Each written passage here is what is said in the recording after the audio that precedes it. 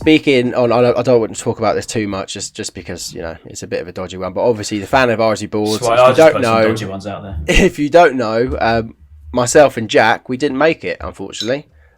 We didn't get voted. We didn't get voted onto the board. The candidates were voted for by the Brighton fans.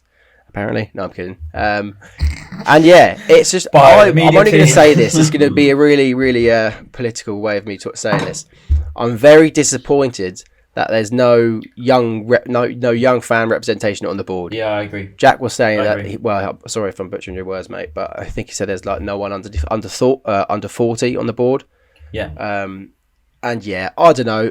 Some people think it's rigged. I'm not going to say whether it is or it isn't. But yeah, it's just disappointing that there's no young people going to represent. Let's put this out here, right? And I fully love the fact that the club try to be so diverse in everything they do. We support the LGBT community really well. Course, yeah. We support the racism community, not the racist community. God, the racism community. God, yeah. That was a very different conversation. Okay, this is why we're not part of the board. I've just realised. Yeah, this is why we're not part of the board. No, let me change that. No, they support the whole sort of racism very well. The whole taking a knee was really well done. The fireworks on the LGBT thing was really well done. Apparently they're very good with making the whole thing very diverse towards the fan advisory boards as well. They're making sure that sort of doing all that sort of thing, represented by everyone. Yeah. Anyway, my point is very good for all of those communities individually. But what about the younger community? Yeah, because or millennials, that sort of thing.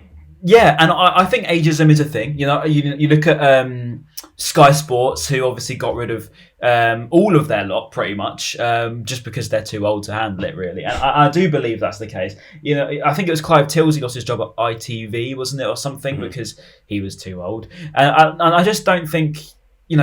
Everyone caused a big fuss about that. It was, you can't be discriminative against them just because they're old, which I agree with. Clive Tilsey's still one of the best in the game at what he does.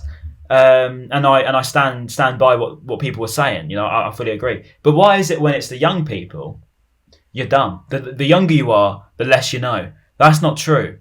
It really isn't true. I mean, Greta Thunberg's out there at like 18 years old, like standing politically against like everything environmental. Yeah. So whether you agree with her or not, she obviously knows a lot more about environment than I do.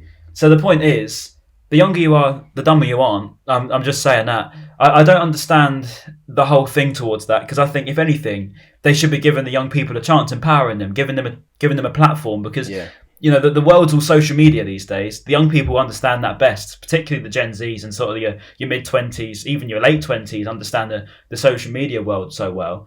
Everything's pushing in that direction, and it's only going to get bigger. So to not put your stocks in early is really poor from the club. I think it's really a shame. Jack was going to be on this, but he wasn't working from home, so he couldn't do it on his lunch. Yeah. Unlike me, fortunately. But yeah, he made a really, really good point. I think he would like me to say this. And he was saying how so many young fans go home and away and spend hundreds of pounds, thousands of pounds a season, but they get ignored by the club a lot of the time. It seems. Obviously, we've got the new Brighton admins that are really great, and they are so engaging online. Yeah, agreed. Everyone absolutely loves it. That's a really, really good thing they've done. Yeah, great. And also, I love the admins. Probably it was a great idea from you to engage with us, because obviously you kind of had a big say in that. But when it comes to the actual running of the football club outside of social media, they seem to get ignored, and I don't think. Well, I'm not going to name names, but I don't think the club really take into consideration how much money some of these youngsters pump into it, which is why it's a massive. My bank account right now is screaming at me for the amount of money I've spent on this club. Is why I'm not even joking. Jack would have been the perfect candidate for it, and I'm just so surprised he didn't get enough votes out of all the people that love him.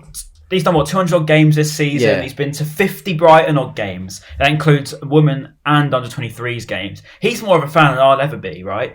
But he's obviously not given the consideration. I've been to something like 27 games, 28 games this season. I've done 9 aways and every home apart from one. And, think how much money that costs someone like us who don't get paid as much as them. So, there's a big gap between that. And I just think that the fact that we do get so ignored is frustrating, particularly when we, in some circumstances, especially in social world, know more. I mean, I'm not saying we know more than them in the higher end of media and production levels, if you're trying to engage with fans and get on the social side of things, your youngsters are the ones you want, aren't they? There's a whole new era of fans, and yes, they might have been 10 years old when Brighton won the championship, but still, nonetheless, they've been supporting them since they can remember. And since they can remember would be the championship days. Just because they weren't at the Withdean or at the Goldson doesn't mean that they... Yeah, and that's another stupid argument, isn't it? Or in Gillingham doesn't mean that they can't be represented on this board. It's how old they are. Together, BHA, shout out to those boys, absolute legends.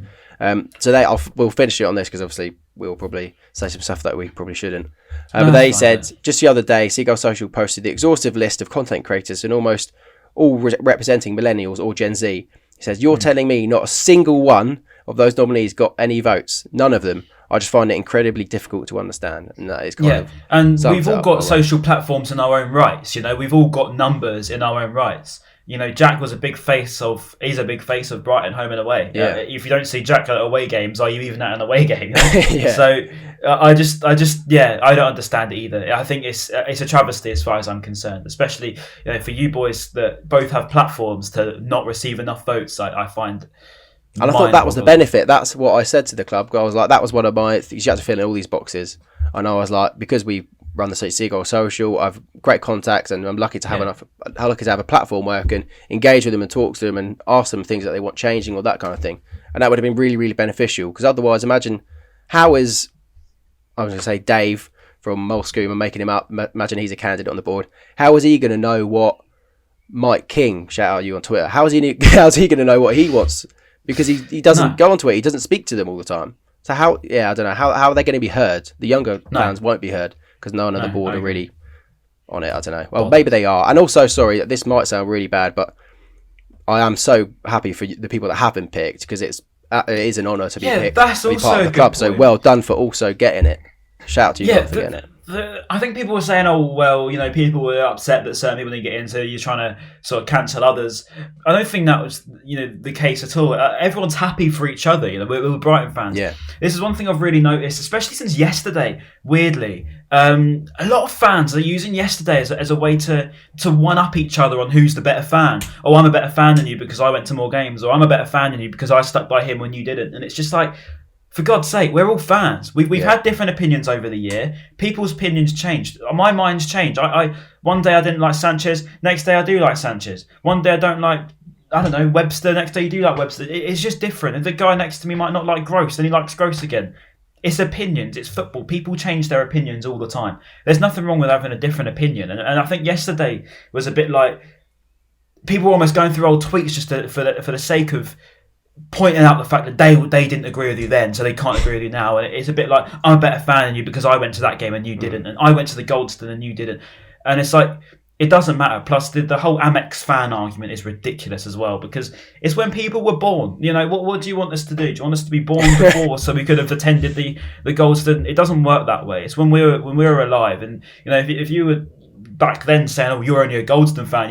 You weren't there in the 1800s." It's just, for God's sake, when does it end? So you can't have a go at the youngsters because of when they were born or because of who they've stuck by over the season or how many games they've attended. When it costs ridiculous to go to. If anything, anyway. It's more expensive for these youngsters to follow Brighton than it was for the Goldstone era. Yeah. I mean, you go spend £6 on a pint and £5 on a pie and £30 on a ticket for £100 train. It's a lot of money to go to games. It's not just cheap, and you can't just go to games anymore. You've got to spend a decent amount of your wages to go.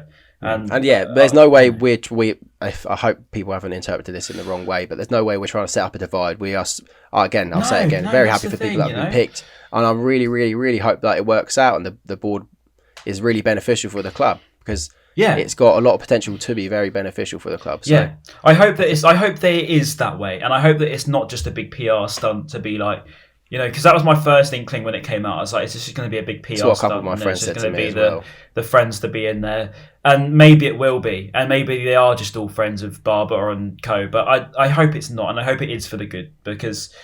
The early signs are not promising, but I hope that they do. It hasn't started off well. Hope that they, and I do feel bad for the people that have been picked because it's a really special moment for them, and it's been maybe online, maybe they haven't seen it, but it's been dampened because of what some people think, and obviously you can't stop people thinking what they think. But congrats to the people that got it. We'll leave it on that.